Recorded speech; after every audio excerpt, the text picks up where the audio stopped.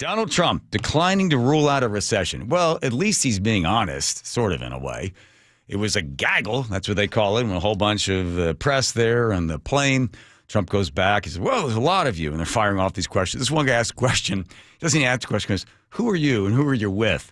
And the guy answers and he goes, I have something so dismissive like, you should be ashamed of yourself, or, you don't deserve the job or whatever. So the guy never answer the question. If he didn't like the question, he just sort of on that one. All right, so somebody guessed about a recession, right? Where are we? Are we we're just about ready to land. Are you worried about a recession? Maria Martirello asked you, and you kind of hesitated. I'll tell you what, of course you hesitate. Who knows? All I know is this: we're going to take in hundreds of billions of dollars in tariffs, and we're going to become so rich, you're not going to know where to spend all that money. I'm telling you, you just watch. We're going to have jobs. We're going to have open factories. It's going to be great, and the plane is landing. And thank you for a lot of good questions, okay? Thank you very much, everybody. Okay, so now what they're saying is, the president refuses to answer the question. Look, the guy's got enough brains to know that if he says, yes, we're going into a recession, what do you think happens? Right? Self-fulfilling prophecy. If he says no, then people are later on, as the indicators start to point that direction, you're going to have the media. They didn't do this to Joe Biden, but they would say the president denies a recession. So either way, you just simply keep it open because, the United States has recessions about every 7 years. They're not what happens now. They don't last as long, but they come more frequently. There are a number of indicators to look for. If the unemployment rate is too high, if the employment rate is too high, what happens is there are more and more people being hired, and then that means that businesses need to compete for workers. That means they need to offer more money for the workers.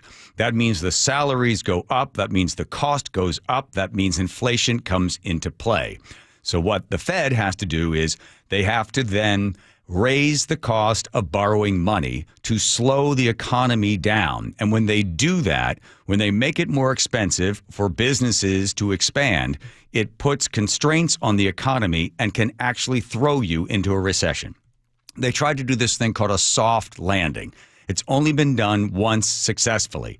As they see the indicators begin to go up, they then need to put the brakes on how much money is out in the economy for the growth of businesses.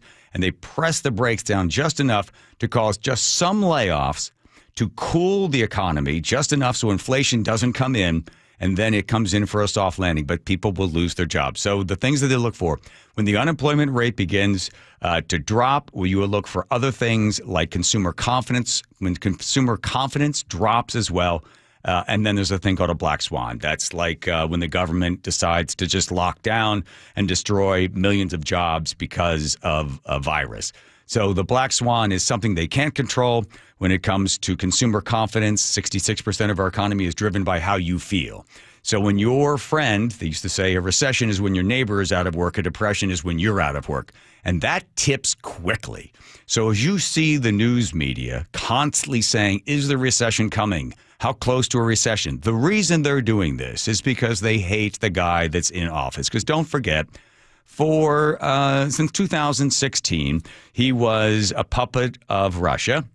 Proven not true by the Mueller report. And then we found out that he was a criminal. And then we find out that he's Hitler. So the media doesn't like him. So if they're going to be constantly talking about recession, you will start to think twice about buying a new car. You'll think twice about possibly adding an addition onto your house. You will then begin to pull back on your expenses. And that has a ripple effect through the economy because, again, consumer confidence is essential to driving how much money people will put on their credit cards. If they know that they're going to have a job a year from now, they'll spend money. So the indicator of consumer confidence is a big indicator of which way we're moving. And those are the numbers that the Fed looks at. Unemployment, consumer confidence, and the third thing they can't control is the black swan.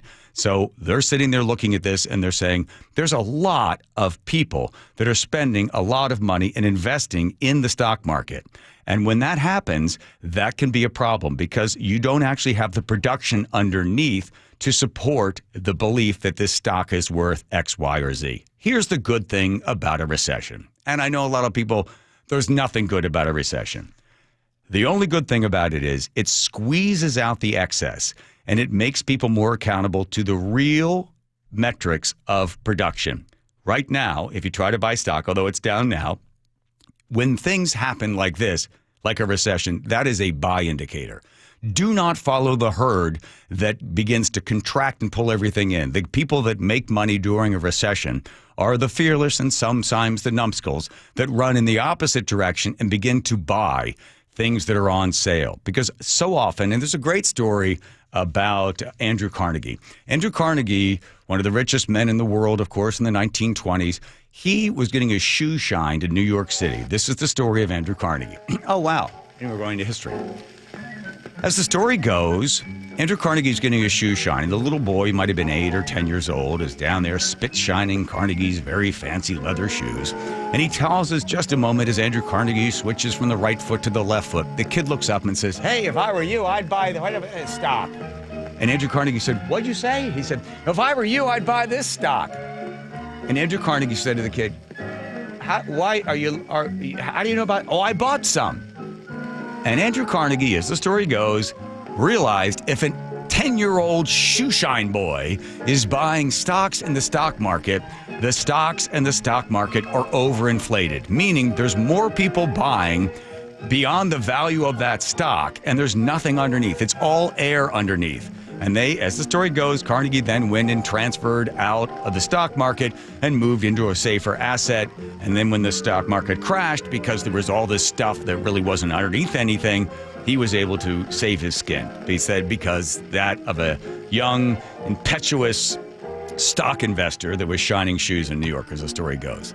So when people buy, not because of P&E, not because of price earnings ratio or anything else. They're just buying because everybody tells them to buy it, put it all in there. But there's nothing underneath. It's all air. A recession squeezes all of that out, gets a lot of the excess out of the market so that it can begin to grow healthy again. It's like taking a blade through a field and taking down everything and then allowing it to regrow. That's what happens. Learn some economics. Yes, a quote from the man with the hat on for no reason.